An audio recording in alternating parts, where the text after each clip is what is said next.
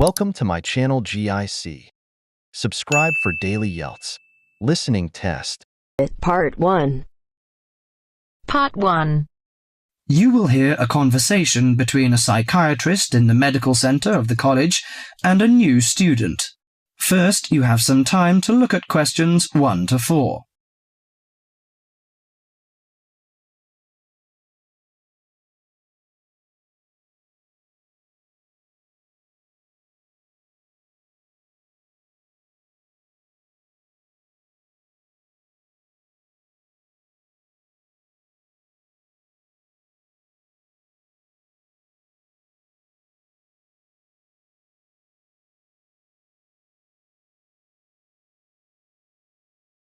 Now listen carefully to the conversation and answer questions 1 to 4. Hello, sit down, please. Thank you. Now, you are a new patient, aren't you? Yes, that's right. Okay, so I'd better get some basic details down first. Right, we'll start with your name. Martin Hansen. Do you spell that S-O-N or S-E-N? Hansen. Okay, and you're a first-year student? Yes, I am. Study in? Electronics, actually. I hope you enjoy it. Thanks. And your address? 2805 Hesperian Avenue, Hayward. 2805 and Hesperian. Yes, that's Hesperian. Hayward, Hayward. And your phone number? 734-246-55. 734-26455. No, you got the 6 and the 4 the wrong way round. It's 24655. Huh? Sorry, right. And, when were you born? The 15th of June, 1986. Here in New Zealand? No, I was born in Sydney. Before you hear the rest of the conversation, you have some time to look at questions 5 to 10.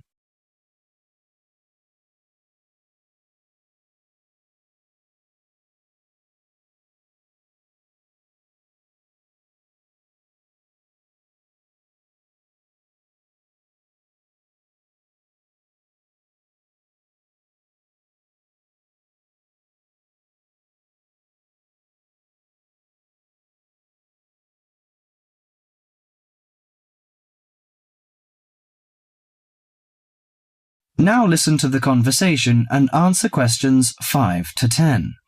Good. So, what's your problem? Well, frankly, I wonder whether it is a problem. I get the blues, and it lasts for quite a while. I don't know how to... Yes, we all feel sad or get the blues now and again. Generally, our sadness lessens in time, and with the support of friends. However, if the depression leads to difficulty in thinking and greatly disrupts your daily routine, it can be evidence of a psychiatric problem. What do you feel exactly? I always feel sad and worthless. I find it hard to fall asleep and wake up early in the morning. How long has it lasted? Nearly half a month. Do you feel fatigue or loss of energy? Or you may have lost interest or pleasure in usual activities? Yes, sometimes. At first I thought I could overcome it by myself, but I failed, and I'm so glad that you came here. It seems that you are suffering mild depression from your symptoms. Depression? Yes, I feel depressed sometimes. But why would I... Depression may occur as a result of biochemical changes in the body. Alcohol, amphetamines, cocaine, and LSD can bring on depression. Those who have a family history of depression usually have a greater risk of depression. Sometimes the worrying changes in life can lead to depression. I see. I had a really bad breakup of a love relationship. It makes me feel hopeless. Do you think I need some treatment? Yes. Antidepressant medications are often used to treat depression, if it is serious. But I don't suggest them at first because of the side effects. I suggest psychotherapy, which can give you support and help you regain control. So do I need to come here every day? No, I will arrange counselling sessions for you, which will last 12 to 20 weeks. You come here once or twice each week. The psychotherapy is directed at helping you gain insight and understanding about events in your life, which may have contributed to your depression. With growing insight, you can often learn more effective ways of coping with your feelings and changing your behavior. What can I do to take care of myself? Well, at first you should do some physical exercises on a regular basis, at least 3 times a week. How is your food? Do you eat well? Yes, I think so. I eat at my homestay family. Good. Find a hobby or a positive recreational activity to participate in once or twice a week. I know it's difficult for you, though. When you feel it's hard to overcome the depression, come to the counselling session. Remember, ask for help if the load is too heavy to handle. Yes, I'll try. So, when will my counselling session begin? I'm going to arrange that for you. That is the end of part 1. You now have half a minute to check your answers. To part 2. Part 2. You will hear a conversation between an IELTS candidate and an IELTS administrator.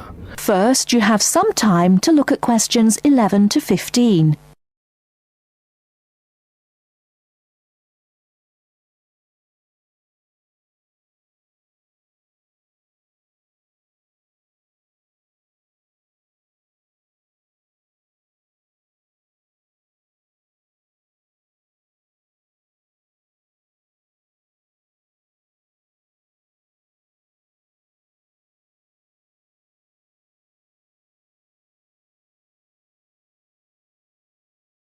Now, listen carefully and answer questions 11 to 15.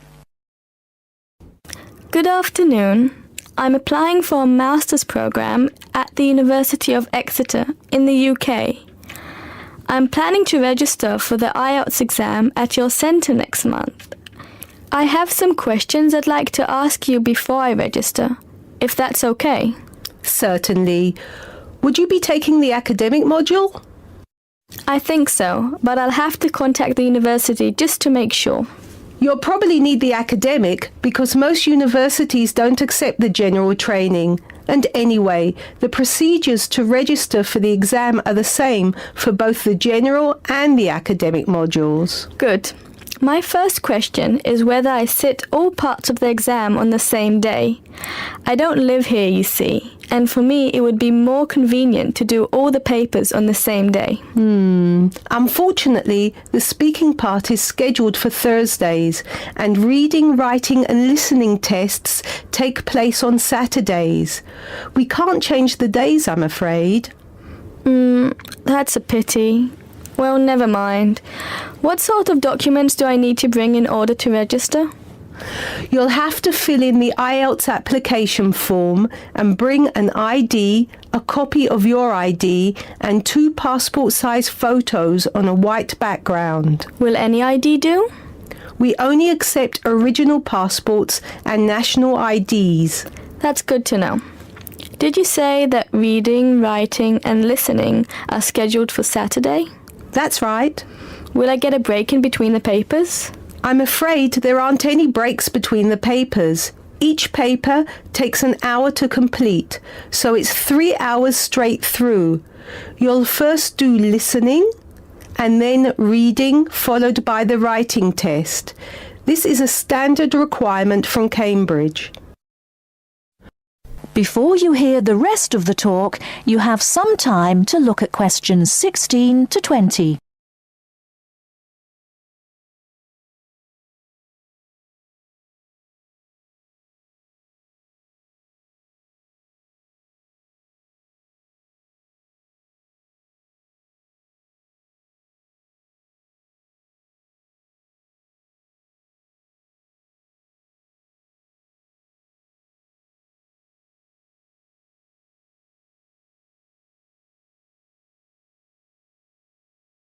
Now listen and answer questions 16 to 20. Okay, and how soon after the test can I pick up my results? It takes 13 calendar days for the results to be processed. Can you let me know how much it is and the form of payment? The examination fee is $200 US. You can pay by credit or debit card. We also accept checks. We only accept cash as a form of payment in exceptional circumstances. And one last question. Can I mail you the application documents? Certainly. You can send all the documents by registered mail to our address, 47 Clover Place, New Rochelle, New York. Could you spell New Rochelle for me, please? Certainly. Newrochle.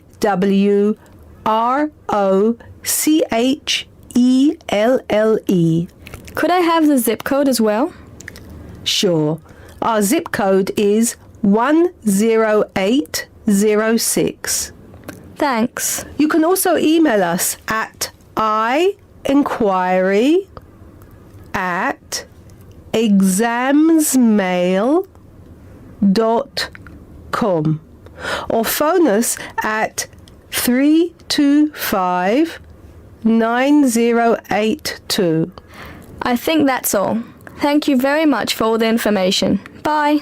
You're welcome. Goodbye. That is the end of part 2. You now have half a minute to check your answers. To part 3. Part 3. You'll hear 2 university students discussing a social science lecture they attended. First, you have some time to look at questions 21 to 24.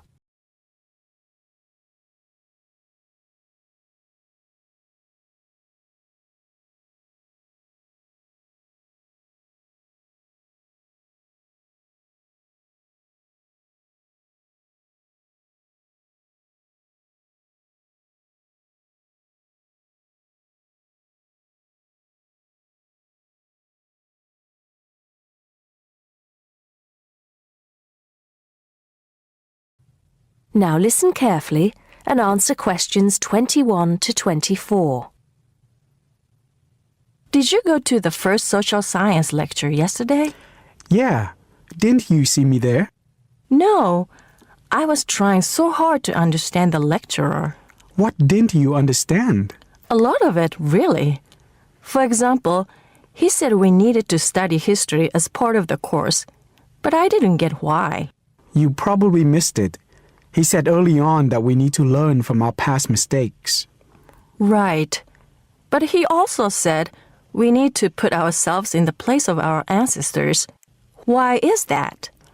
I think the point is that it's not enough to know how they lived and what they did. We need to know what they thought. I see.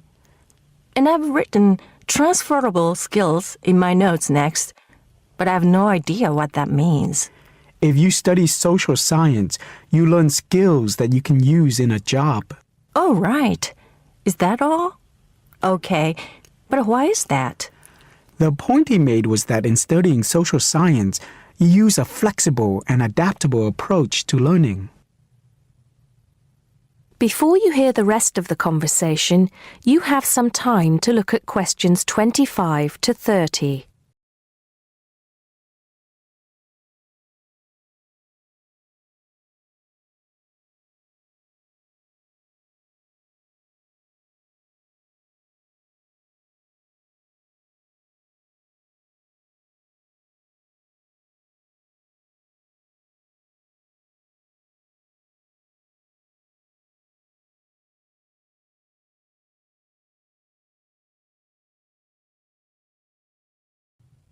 Now listen and answer questions 25 to 30.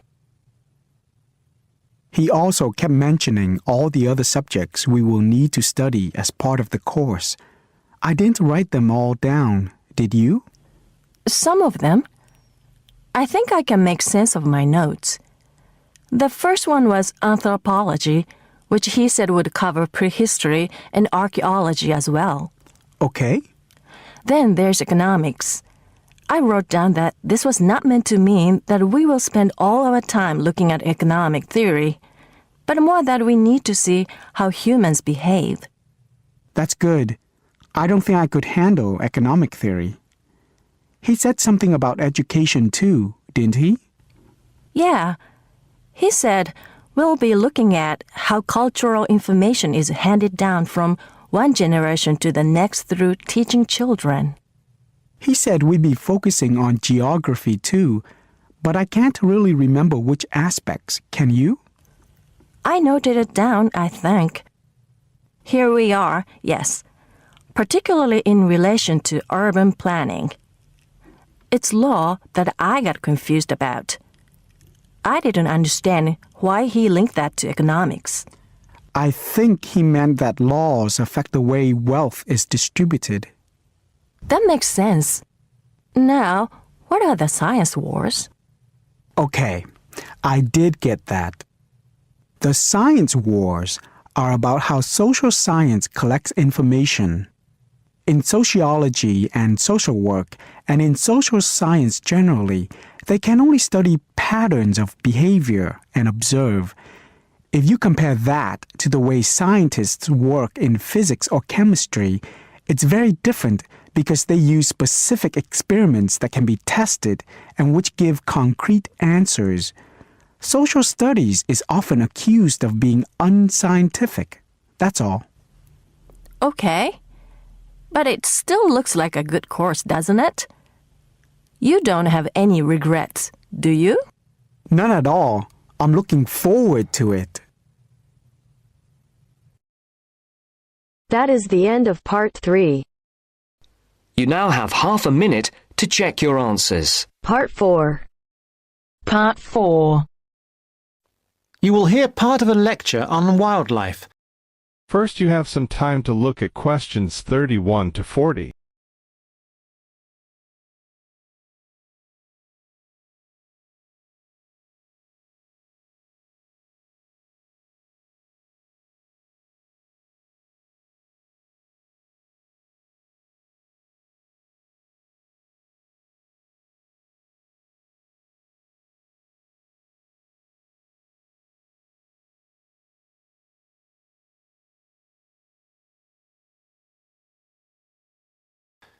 Listen carefully and answer questions 31 to 40.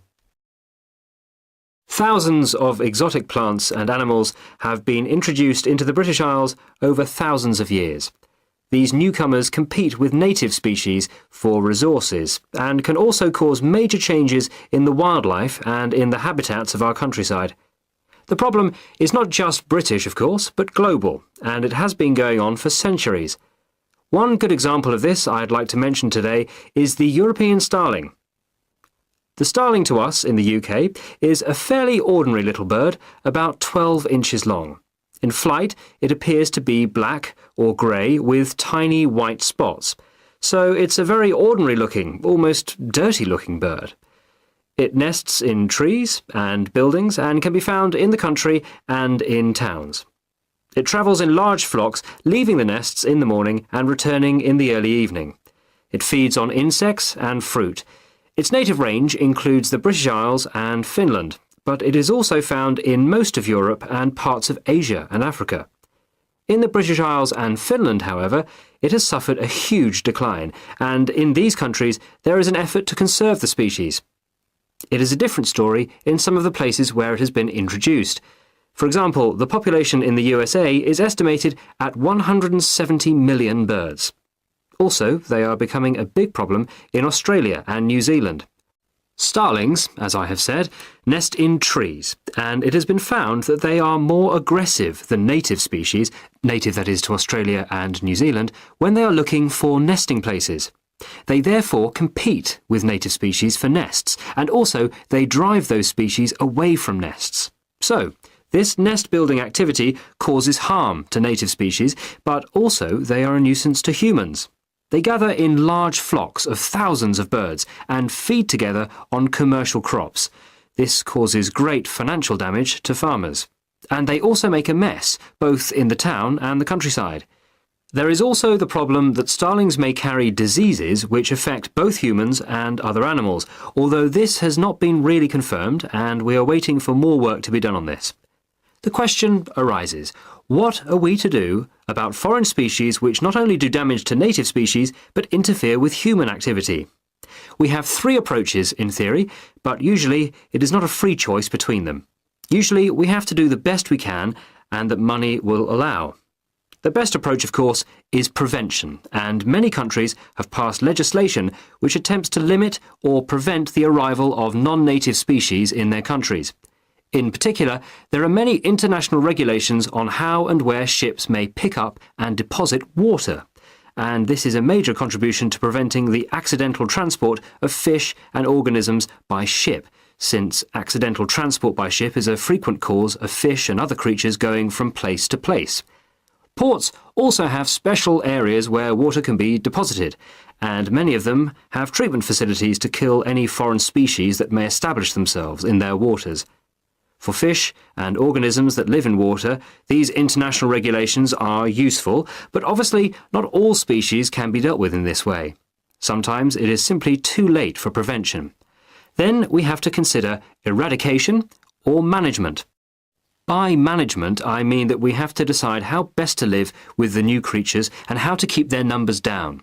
However, this becomes not only a scientific question, it can be a matter of choice what population level of an invasive species we want to maintain. This choice involves costs.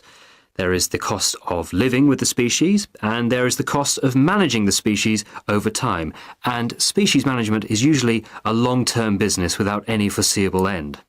However, there is not just the economic aspect to this question. We can also consider the ethical point. How should we treat animals which we have, sometimes deliberately, introduced into the environment? Is it permissible just to exterminate a number of them convenient to ourselves? The most important decision has to be made in the political forum, whatever considerations go into the making of that decision.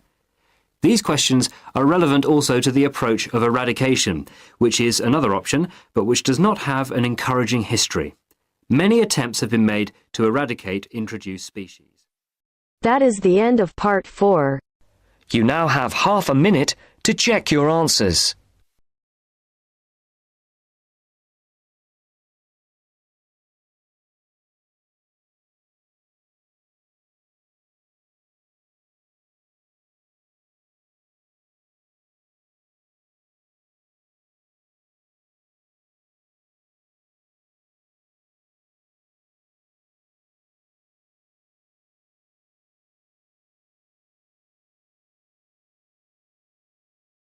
Thanks for watching. Like and subscribe GIC IELTS.